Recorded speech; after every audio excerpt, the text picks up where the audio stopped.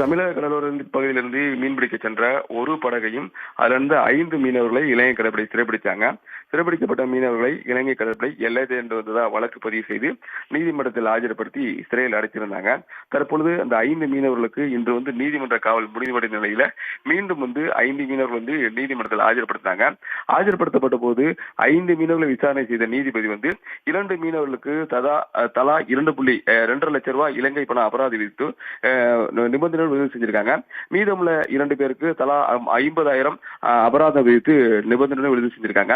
இந்த படகு உரிமையாளர் 2வது முறையாக மீன்பிடித்த குற்றத்துக்கு 1 ஆண்டு சிறை விதிச்சிருக்காங்க.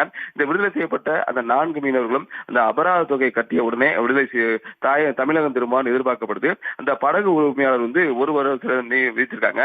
இந்த சம்பவம் மீனவர் மத்தியில ஒரு மகிழ்ச்சியை ஏற்படுத்தியிருக்கு.